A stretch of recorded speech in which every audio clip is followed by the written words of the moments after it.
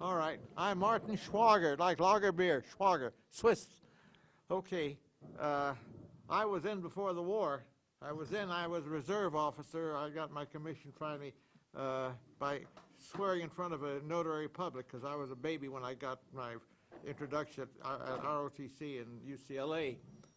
So I had a commission, and I'll tell you more later on, but I was an ROTC commissioned officer, second lieutenant, on about September the 5th of 1940. And I'll go on from there later. All right? Why don't you speak of Pearl Harbor a little bit? What's your recollection of Pearl Harbor? Well, I got into it, but I thought, all of you, I don't know how you got in, whether you were drafted or volunteer otherwise, but I had a commission, and I went in because I was going to UC up here at the time. You had to finish your schooling there. And during my tenure there, up in the division, I met a girl who played a harp. Which I moved for 67 years, almost. Some gaps there. But she passed away last December up here at the Kaiser. But dating her, working at Berkeley General and so forth, I thought I'd put in for 1 year. Well, I had been to Hawaii before. I worked on the Matson boats in between vacation. And I saw the old islands, a beautiful place. Geez, nice. Good aroma, flowers and all that. So we got married down in a mission in L.A., but we had a 3-day pass like anything you get in the Army. But I went back to duty there, and then they said they want some officers for duty in Hawaii. Okay, we gave our quarters up there, but they didn't come in right away. Finally, about May or so, they called me in for a camp show and said, Schwager, your orders are in. No more dependents overseas. I shipped out of Fort Mason, but my wife was persistent. She got a cancellation about 2 weeks later on in Lurleen and joined me over there, but therefore there were no quarters on the base. We found a 2-bedroom shack or grass shack out at Waikiki, and that's where we were when things happened. But we would commute to Fort Shafter, which lies between Honolulu, the city, and Pearl Harbor. So that was home. And we got involved with the community there. She took her practice teaching. I was a battery officer, second lieutenant in the 64th Coast Artillery Anti-Aircraft. I'd been in the 65th here at the Presidio in Fort Scott, Fort Barry. So anyway, that started my Army career. So we went routine. We had a prepared position. You had to go through Hickam Field, turn left, go on Fort Kamehameha, pass it in about 2 miles we had right on the coast. And my director would be here, and the water would be about where that back wall was. So that was a prepared position, and different batteries had different positions. So we were out there in field training. So, shall I go on? Okay. They called us back on, I guess it was Friday. It was we were a 3-inch mobile gun battery. We had powder train fuses. We didn't use a match. They had I think it turned. But anyway, we went back to Shafter, and that night we had a reception for greeting new officers coming in, those transferring out. The next morning I'm having the men clean up the equipment because we're right by the saltwater. And I think we went to a music thing on Saturday night, dinner. And then Sunday morning we had a 2-bedroom place, which I had shared with Lieutenant Miller, who was from the University of Washington, I'd met previously. So we were having breakfast, sweet rolls, and had either Salt Lake City Tabernacle or one of the church programs on. And they said, we're being attacked. It's the real McCoy. All defense personnel report to their duty station. Well, we had kits, so my wife threw it in, Bob's stuff, and we got in my little Studebaker Champion, took off for Fort Shafter. We got through town, a lot of confusion. I have a hunch most of the things that blew up, there were fuses that weren't cut properly. They were cut probably from the anti-aircraft firing, because I don't think the Japanese would waste their bombs on the city itself. But anyway, we made our entrance through Fort Hickam Field. At the gate, there were bodies there. People were waving us in, past the barracks, going down the road, past the barracks. We could see the initial hangars weren't burning, but further on they were burning. And then we made our right turn, Fort Kamehameha. Now, at that point, I have a picture Should I show that now, John? Sure. Well, you know what, we can pass those around. Okay, Martin's brought a few photographs of things he saw that day. probably one. We saw a lot of things. These are coffee shots, maybe we just, Yeah, that was when I went and saw the other guy. There was the big red sun. The plane had apparently been hit about an hour or so before because realized we had to put our guns back on the wheels to get them rolling to our field position. So we passed this Japanese plane, and I think hit 2 or 3 GIs who were standing near the shed there. So by the time we got guns in position, closed in the revetments, and got all the, we didn't have electronics, we had electrical, all the wires and so forth, and oriented. We never fired a shot. And, well, you know, the emphasis was already nearly over, so we never fired a shot from our gun battery. We have had incidents, but we were there, ready, official communication saying transport standing off Barber's Point. We implemented momentary landings. It never came about.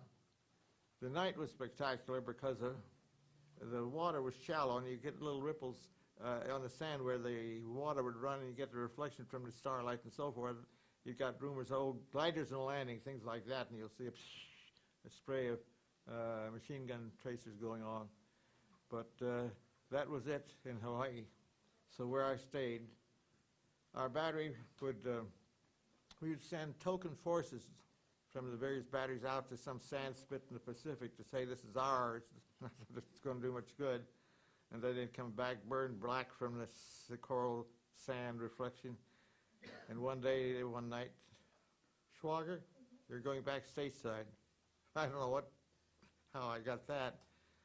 So my wife, who had been working with military intelligence, had to find a replacement, but we came back stateside, and I went from beautiful, wonderful Hawaii to the East Coast, Fort Eustis, Virginia.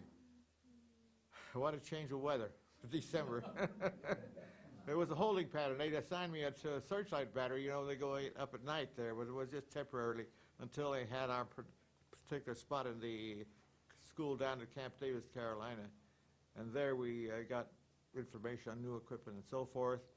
They got the group together, was going to Fort Bliss, El Paso, or Fort, where am I? I have to remember where I'm going. But they kept me for 2 more weeks of radar training out there in the ocean.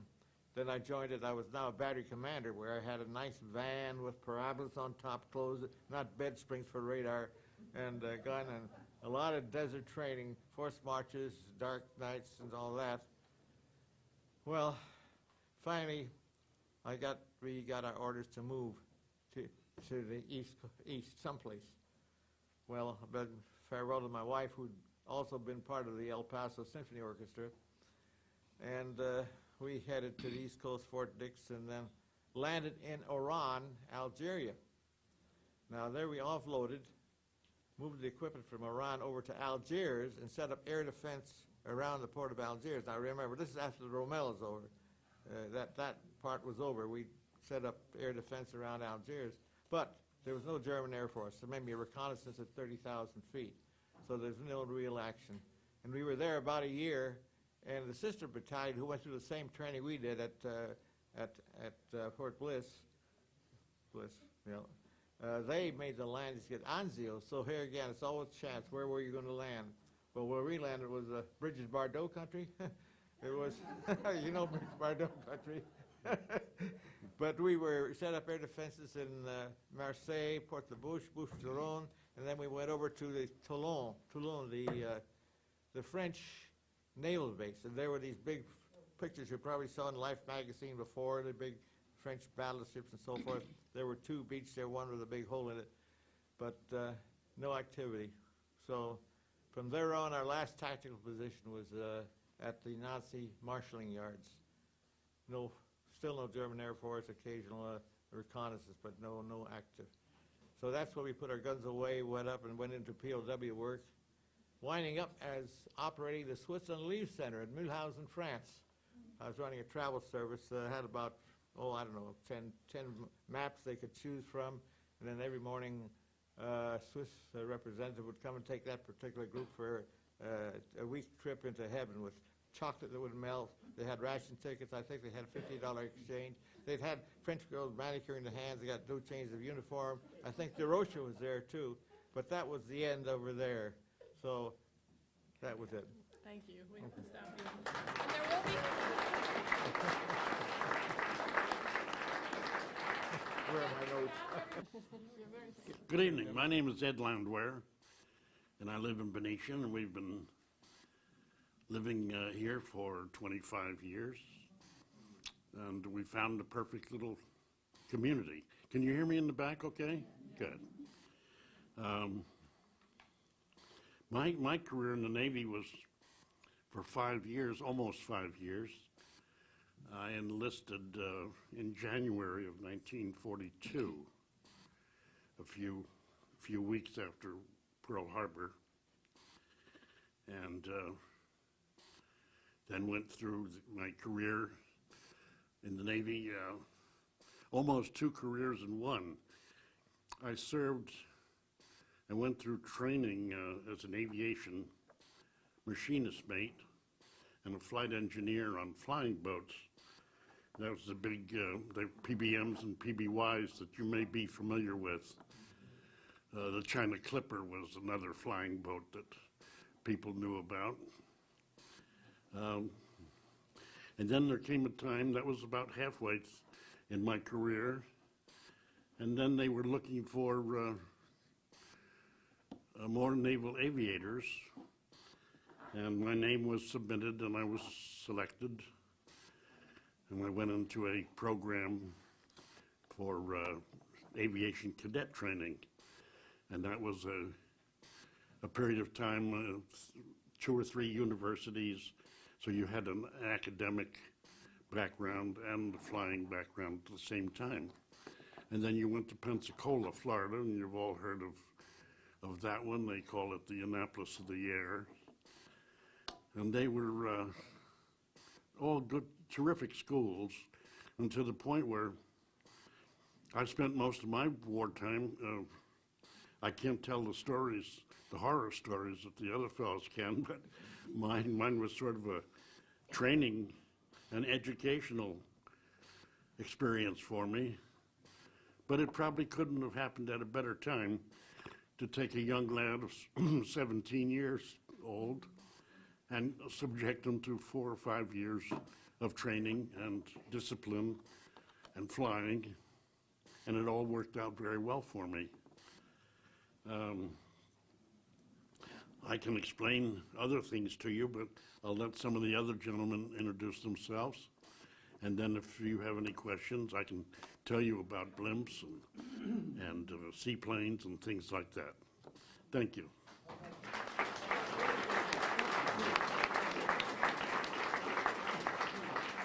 Our next speaker is Mark Tatum, U.S. Navy veteran, survivor of Iwo Jima in Okinawa. You all wake up? Okay, that gets your attention. Oh, Kiki. Oh, I'm Marcus Tatum, and my initial training was at San Diego Naval Training Station in 1943, and I went through radio school there and was assigned to amphibious training at Oceanside. And we practiced landings all up and down the coast before we were sent out to the Pacific. We commissioned a ship at San Pedro and took that ship, the USS Carteret. We went out to the Hawaiian Islands first, and then found we were being assigned to invasion fleet, and we headed for Iwo Jima, February 19th, 1945. In fact, we got our first air raid when we were outside Saipan, refueling on the run, and we made it into Iwo Jima the night before the first landings took place. The first H hour was 0900 on February 19th. I didn't go in till the second or third day, but climbing down that mock-up, the net down the side of the ship, you wondered what the next step was going to be. But anyway, got down into the LCVP, that's a landing craft, and we headed for shore. There were 45 of us. It's an amphibious Navy Beach Battalion unit attached to amphibious unit. We were ship's company. I was a ship's company radioman while aboard ship, standing regular watches. Then, when we headed for shore, the LCVPs would rendezvous first and then head for the shore. And that was a very choppy day in the ocean. And our coxswain on our LCVP couldn't quite make it into completely to the shore.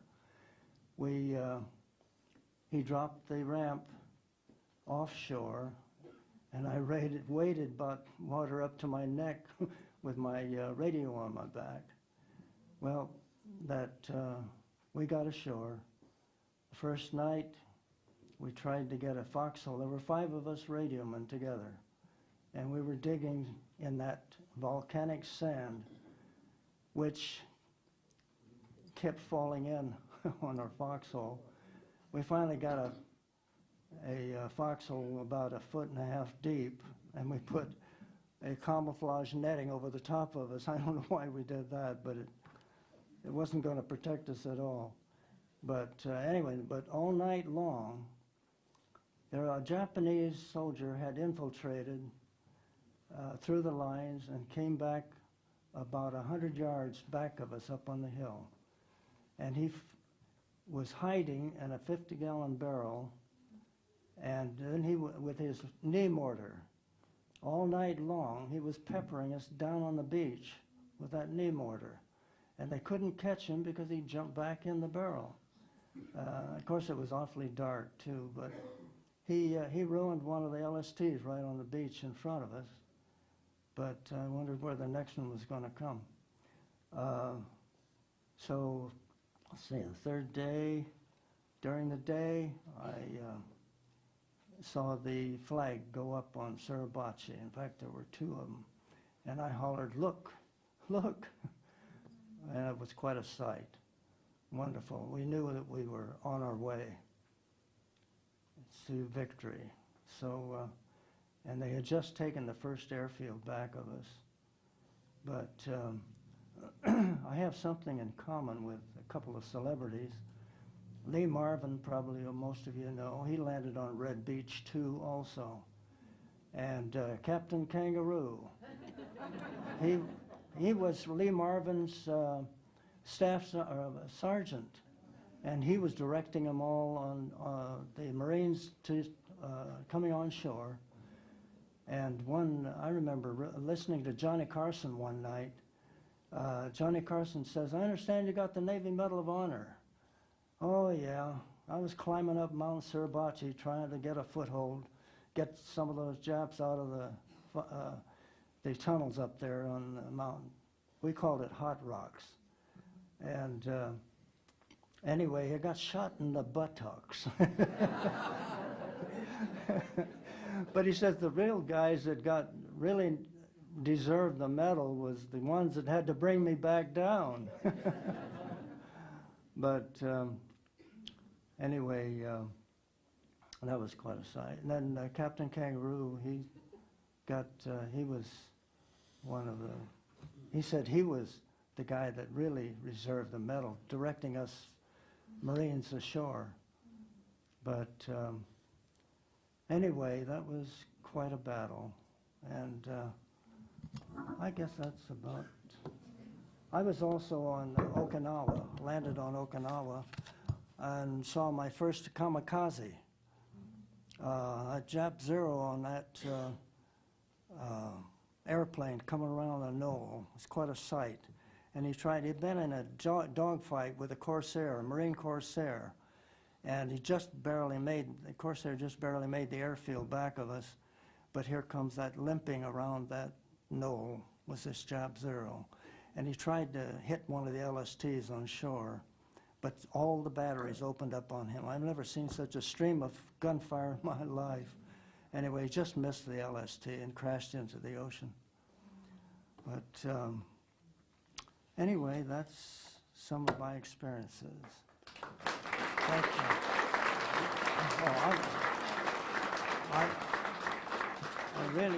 I want to thank all of you for your recognition of my services during World War II, and thank John Holliday. Okay. Where are you going down here? Well, I'm sure you all know what a field hospital is, do you? Okay. If you watch your radio, you probably would. Well, my name is Emil Martins, and I was drafted in the U.S. Army in March of '41, before Pearl Harbor attack. We traveled by troop train to the Presidio in San Francisco, where we were scheduled to sail to the Philippines on December 8th, the day after Pearl Harbor. Instead, luckily, we set sail for Hawaii, where I stayed a year and a half. That was the luckiest thing that ever happened to me, not going to the Philippines. We stayed at Schofield Barracks in Oahu. My job there was a medic for the 34th Infantry Regiment. Since I was interested in the medics, I managed to transfer to Camp Ellis in Illinois, where many new units were being organized, and got into the 47th Field Hospital, which I much appreciated. After our rigorous training, we left Boston by ship to England. All of our unit was billeted in Stourport, England, to English families. The name of my family was Mr. and Mrs. Halderthay, an older couple. The wife cried when I arrived. She didn't want any wild American soldier to come in, which I was not. Eventually, when I left, she cried in sorrow when I was leaving for the ship. So she cried twice. While we were in Stourport, we decided to make a dry run of the hospital. Our hospital was put up mostly all by tents, because in Europe there weren't any hospitals around, so we had to make our own tents. We felt like a platoon of, and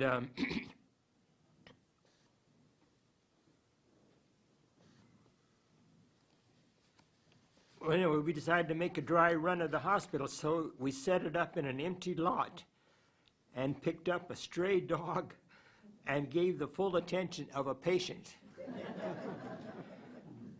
We even did a bowel resection on it and kept it well until it was ready to be discharged. We often wondered what the owners of the animal thought of the abdominal scars. But the whole process was very helpful to all of us. We had training to pack ourselves in hospitals in gliders, so we thought the worst was about to happen. But when we got to the pier on shipping out time, things changed, and we went by ship instead. It's very dangerous to go in gliders. 50% casualties.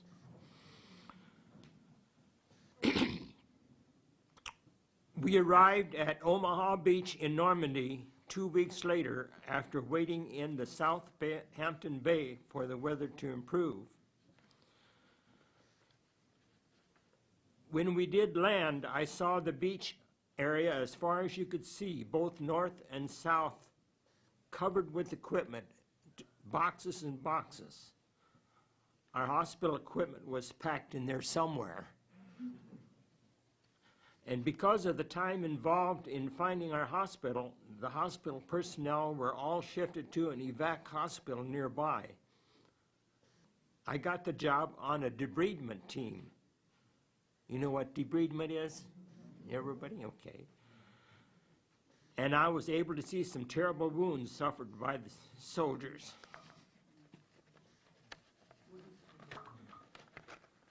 Debridement is when you cut away the dead tissue around a wound by scissors before they go into surgery.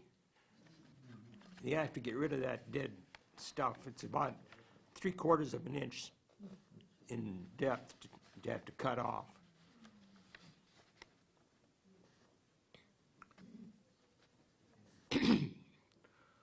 Our hospital was assigned to support the 1st, 4th, and 30th Infantry units in their drive from Normandy. In September 1944, it was attached to the 31st Medical Group in support of the 30th Infantry Regiment Division, then in Holland. We moved about quite a bit, working 12-hour shifts, and we had crews of men to erect the ward tents, etc. My job was in the sterile supply room with 2 gasoline-driven autoclaves to sterilize everything. Rubber gloves were a premium. No such thing as rubber gloves in those days.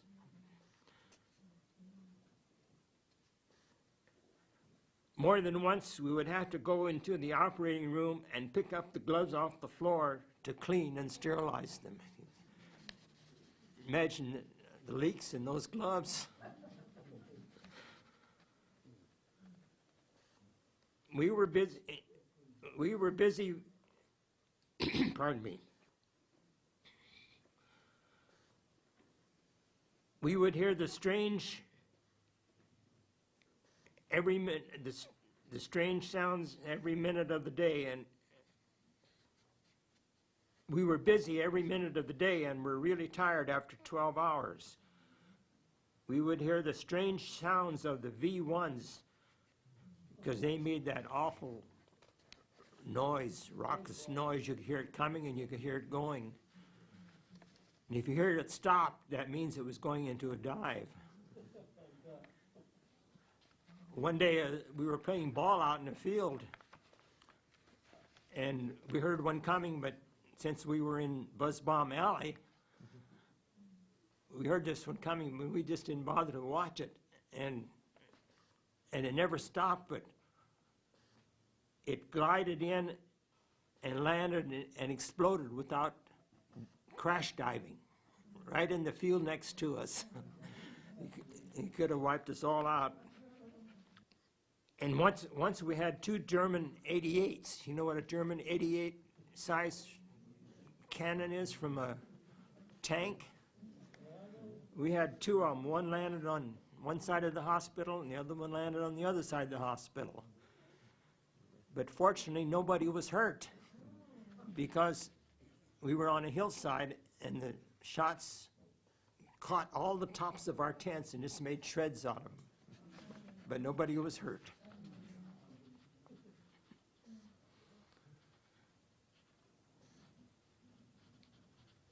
Another time we had a German rocket land about 100 yards away. Rockets, you don't hear them coming because they travel faster than sound. And this blew all the windows out of our living quarters.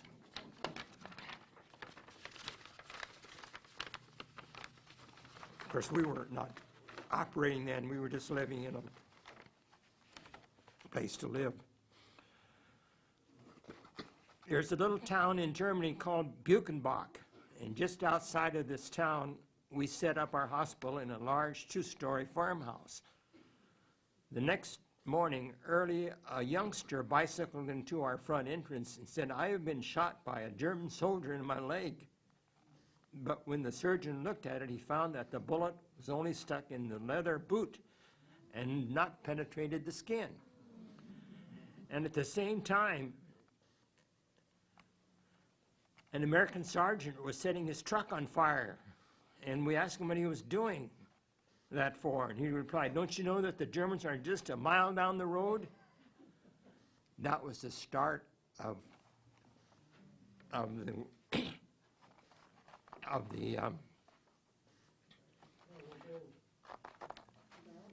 Battle of the Bulge. Well, we had no communications going then, so our commanding officer ordered immediate evacuation. In about 5 or 10 minutes, we all piled into what vehicles were available.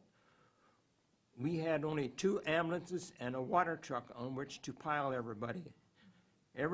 Our breakfast even was half cooked on the stove. We left it. We left all our belongings, our cameras and toothpaste, everything. You must not have had any very good chow hounds there. No. C-Rack.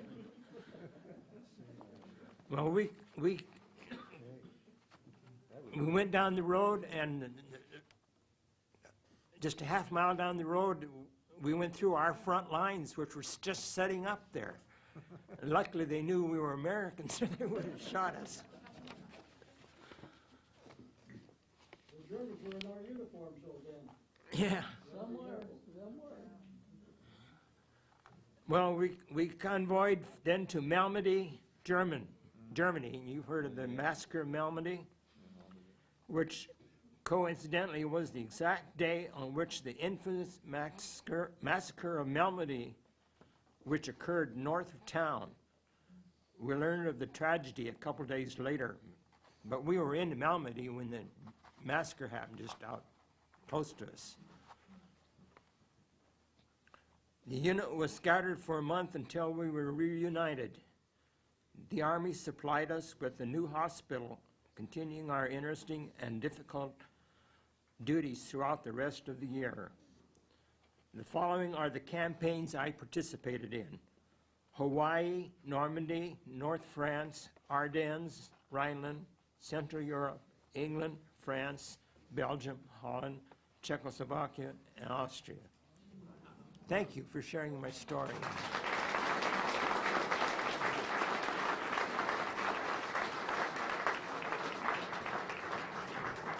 Our next speaker is Lou Vecchi of the 506 Parachute Infantry Regiment, 101st Airborne. Many of you may have seen the Band of Brothers television miniseries that highlighted the activities of the 506.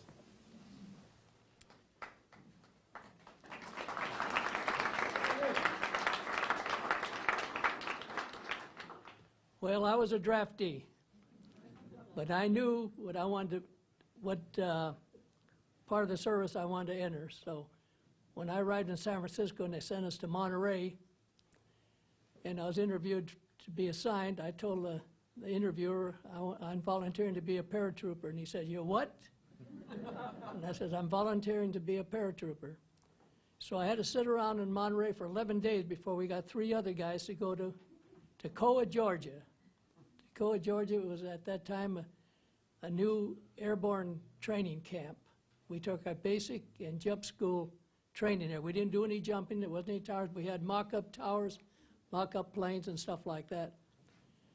After our training there at Toccoa, the 1st Battalion took the train all the way to Fort Benning.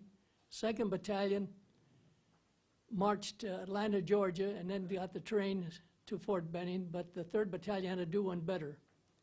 It took us to Atlanta, Georgia, marched us all the way to Fort Benning, 138 miles in 3 days. We broke the Japanese force march record. The reason why I become a paratrooper, when I told my mother this, she shook her head. I said, they're the best trained fighters in the Army. They're well trained, and when you jump out of a plane, you're going to be surrounded because you're going to drop you in behind the lines. So you better be a good fighter, and you better train well, or you're not going to survive. Now, I jumped in Normandy on D-Day. I landed in water. Well, the Troop Carrier Command, when the Ack fire started, they took evasive actions, and they dropped us all over Normandy. We didn't even know where we were at. I landed in a flooded field, waist deep, soaked to the gills, loaded down with, I weighed 138 pounds before I boarded the plane with all of my equipment. By the time they pushed me into the airplane, I weighed 250 pounds. We had to carry extra ammunition, extra mortar rounds, everything for the other people that couldn't carry it, and plus bandoliers of ammunition. When I jumped in Normandy, I made corporal in England, and 5 days into Normandy, I was promoted to sergeant. We were about a month and 2 or 3 days in Normandy. We were supposed to only be there 5 days, but they used us for shock troops. We had to go and help the other people fight their battles. We went back to England, got our replacements, start training again, and September 17th, we jumped into Holland. The Holland jump was a good jump because it was a day jump. The Normandy jump was a night jump, 1 o'clock in the morning. You didn't know if your parachute was open or if it wasn't. Holland was a beautiful jump. Not much fire or anything else. The Troop Carrier Command did a wonderful job. I think they were scared not to do it because the 82nd was going to throw hand grenades up in the cockpit. They threatened them in Normandy because Sicily, when the 82nd jumped in Sicily, they were dropped all over. And a lot of the planes got shot down by our own Navy in Sicily. But anyway, let's get back to my deal. We spent 72 days in Holland. Montgomery's fiasco. If you watch one bridge too far, you'll find out that Montgomery wasn't prepared for that mission, but he was going to be a big shot and kill a lot of Englishmen doing it. What used to burn us up was at 10 o'clock in the morning, the English would be moving up, they'd stop, pull out their little stoves, start their fires, get their tea and their trumpets, and we used to tell them, what are you guys doing here? Your troopers are getting killed up there. We got to have this. And this went on in the afternoon to 2 o'clock. And Montgomery would take all our good rations and give us English rations. So he wasn't too popular with Americans. We come back from Holland down to Marmelon, France. I had a furlough to Paris, come back. Just after I got back, Battle of the Bulge started. We woke up in the morning, about 2 in the morning, says, grab everything, go to the orderly shack, get a rifle. We didn't even know whose rifle we were getting. So then they loaded us on these big cattle trucks all day long, drove us up to Belgium. We get up to Belgium and start towards Bastogne, and here's all the soldiers running the other way. I said, where are you guys going? He says, you guys are going the wrong way. The Germans are coming. So we had a big ammunition, hand grenades, and everything we could get from them. So we no sooner get into Bastogne and we're surrounded. But when the 2 Germans come and ask us to surrender, McAuliffe says, why should we surrender? He says, you're surrounded, we're going to annihilate you. He says, that's what we fight the best when we're surrounded. Yeah, well, McAuliffe, that's what he says, nuts. I said, what do you mean by nuts? He said, it means go to hell. We come out of Bastogne. By the time at Bastogne, I was promoted to platoon sergeant. Come back to Yonne, France, and there we're reorganized, and we board ducks. You know what the ducks are? We go all the way down through France, through southern Germany, up to Austria, up to Berchtesgaden. There we took Hitler's Berchtesgaden. I didn't get up to the Eagle's Nest. The 1st Battalion got up to the Eagle's Nest. They got all the wine then. All the wine? All the wine. I didn't drink. I got the good conduct medal.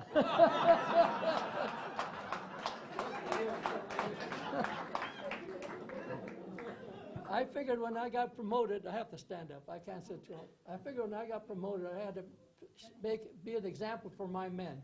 They couldn't come back and say, you did this and you did that, because I didn't. I didn't drink, I didn't smoke, and I figured if I was going to control people, I had to be an example to the people. But these are the jump jackets we used to wear, jumped into Normandy. After Normandy, the 82nd used them until Normandy. We used them in Normandy, and after Normandy, they took them away from us. They said, no more jump jackets, you're going to wear regular Army combat clothes. So I sold all my stuff. But then last year, I was invited to go to Normandy, Holland, and Bastogne. And the people in Normandy and Holland, you can't believe these people. They come out for you, they have parties and everything else. The little kids that are thanking you for saving them. Well, they weren't even born at the time. But the parents, I got the same treatment. yeah, they're great. They're not like, well, this country's never been occupied. The people here don't know what it is to be occupied. But after the war, I mean, we stayed in Austria for a while, and then I got sent to the cigarette camp. I had enough points to come home, so. You know, the cigarette camps, they're there around in France, yeah. I was guarding the German POWs there. Yeah. We were doing our. Lucky Strike, Chesterfield, Camel. That's where they shipped us out, through the Mediterranean. That Mediterranean's a bad sea. That's the closest I ever come to get. I rode all over an airplane, never got seasick, but that Mediterranean almost got me, I'll tell you. And I want to thank you people for coming tonight.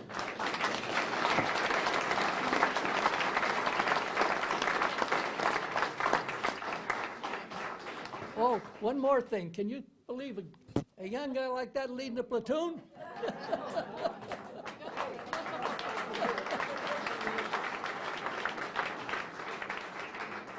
like to take about 15, 20 minutes and open it up for questions. We have somebody that wants to You're not indicate. gonna blow that thing.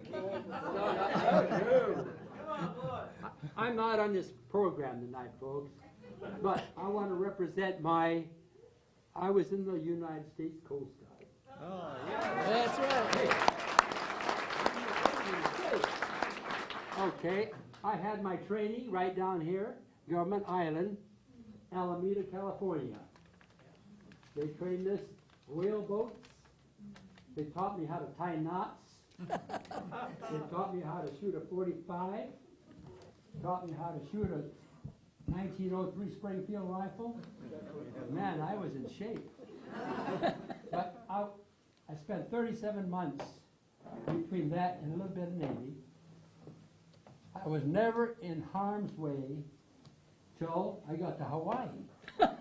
I got to a training station there, and the first thing we had to do, they had this 20-foot tower in this large swimming pool, a place called Wailupi, and a huge swimming pool. The pool was about 40 feet deep. You had to go 20 feet up there, and they give you that 50-pound pack to put on your back. And you had to get there and jump. I looked down there, gee, my old gut started churning. I said, what the hell am I going to do? I didn't know which way to go, either this way or the other way. So I shut my eyes and I jumped. And I jumped and I paddled around and I started to sink. Pretty soon I saw this long pole come out with a hook. They grabbed me, pulled me back in, pulled me to shore. I got there and I went, Father, Son, Holy Ghost. I never was so happy in all my life. But I stayed there a while. The first thing they did, they knew I had a little bit of musical talent because I've been playing in the bands in high school and then after school. So they put me in the band, and then they got me to play the bugle. So I was a bugler. And the first morning I was nervous because the first morning was the morning colors. Everybody gathers a big circle around, the flag is up here, the CO's out there, the commanding officer, and everybody, and I had to do to the colors. I'd like to do it here, but it hurts your ears. So, Go ahead. in the meantime, we had this huge dog. It was one of those, he was that tall, weighed 250 pounds. And he never heard the horn before. And I was going like this.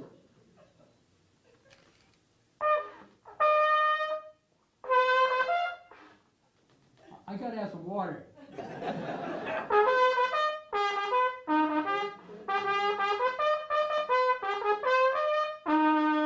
I got the first two notes out.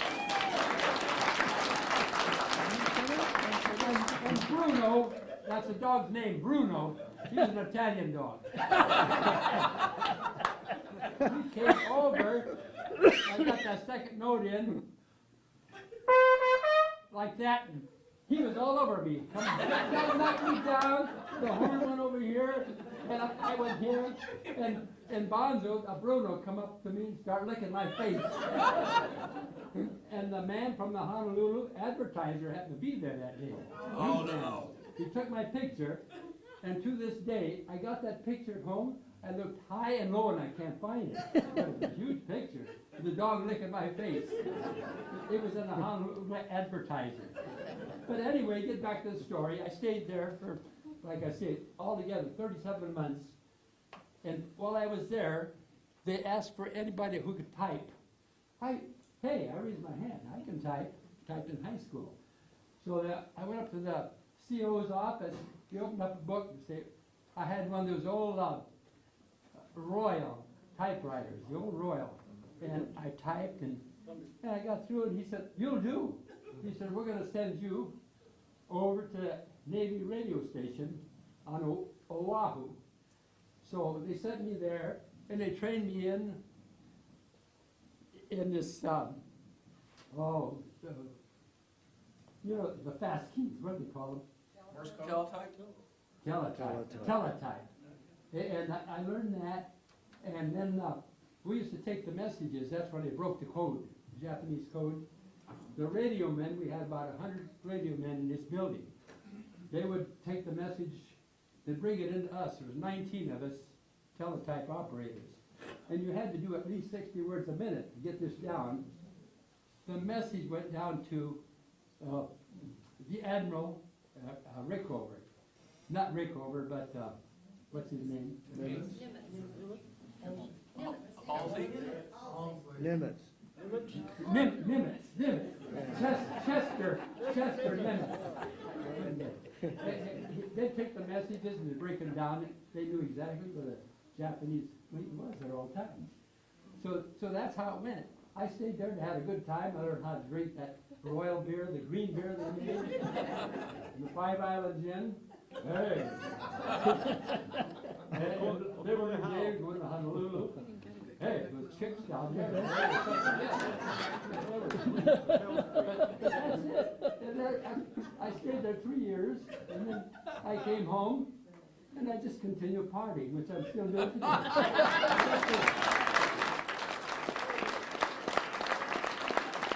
You received your training called lighter than air training at Lakehurst, New Jersey. And of course they had blimp bases all up and down the coast because the submarines were out there just maybe 10 or 12 miles offshore. And they were shooting torpedoing the freighters as they came out of the harbor. But yes, I went through lighter than air training and flew the blimps at Lakehurst. And the people on the West Coast were very familiar with them because you had a big hangar down at Moffett Field, down by Palo Alto. And that's where the dirigibles used to be hangared. And talking about the dirigibles and the blimps, there is a difference. I'd like you to all know that the blimps are like a gas bag. But a dirigible, there's nothing more impressive than to see up close a dirigible coming over your city. That's 1,300, 1,400 feet long and flying at 800 to 1,000 feet. And just it's so impressive. I'm still get a warm feeling in my heart when I see pictures of them today. But what brought that to an end was the Hindenburg, when it crashed at Lakehurst. A very unfortunate accident, and they still classify it as an accident today. There weren't too many people killed. There were only about 40 out of the couple hundred people that were aboard. But it was just a horrendous ball of fire as it went down. But it, That was on the newsreel. yeah, yes, it was. The, of course, it killed the hopes of passenger service in the dirigibles, and yet they were very safe. Some that the Navy had flown around the world several times, and the Germans, of course, were running theirs regularly down to South America and back to Europe. But good. Thank you. Any more questions? What was the prevailing attitude amongst you as servicemen during the war of the Japanese as an enemy and the Germans as an enemy? How did that attitude differ? And were those attitudes formed during the war with those two enemies? Were they difficult to alter or change after the war? It depends how you grew up. I grew up in Los Angeles, and my neighbors were Mexican. My first girlfriend was Japanese in the grammar school. I played the violin, she played the cymbals, and at PTA meetings, her family would bring me cake or something like that. My a good friend was Young Oh Kim. He was Korean. They had a grocery store down there at Figueroa and Temple Street. So I had a very It's hard to compare when one time you're in Europe and you're not fighting the Japanese, and the people of the Pacific did fight the Japanese. Now, we found the regular German soldiers were pretty decent people. SS were like the Japanese. They were radicals. They killed just to be killing. Look at the Bataan Death March, what they did there. I had a friend that his father was in it, and he said every time you cracked your knuckles at home, the father would jump up and say, "Don't do that." That's the way the Japanese broke the bones of the soldiers, by, breaking that sound of the cracking the knuckles. But I found that the regular German soldier he didn't want to fight. He was like the rest of us. He was sucked into it. But the SS now, you didn't fool with them, you killed them. You didn't even want to talk to them. That's all I have to say about it, because I can't compare the Japanese. Go ahead, you go ahead. Well, I was raised down in the San Joaquin Valley and had real close Japanese friends. And it was quite a revelation when I tried to make the differential, feeling of having to fight Japanese. It's hard to understand. So. That was terrible. But I've got a good friend, Calvin Sakai. Was in the 442nd in Italy, and they captured some Germans. And the Germans came up and said, one of them spoke English and says, "I thought you were with us." They were really, they were the most decorated unit in our army at the time. They were really something else. And, I really want to thank this fellow too, because I was at Louvain, Belgium, at an air base there. And if you guys hadn't held out at Bastogne, I probably wouldn't be here. Well, we probably wouldn't have been here either. You were in a group that liberated one of the concentration camps. It wasn't a concentration camp. It was a slave labor camp in. Ralph, what was the name of the town? No. Where you dated the colonel's daughter, Landsberg. And when we. When we took Landsberg, as we approached Landsberg, we had this bad smell in the air. And when we arrived there, we went into the town itself, and they had a slave labor camp there. And they had all these people from other countries like Poland and Italy or whatever, any place that they wanted to bring these people there. And these people were so starved that we felt so starved we started to feed them. And the medic says, no, you can't feed them. You got to bring them back up slowly. If you feed them now, they're going to die. Because they've been starved so long that their system is out of whack. And you had to slowly feed them and bring them back up slowly or they would die. But it was I'll tell you, it was not a nice sight.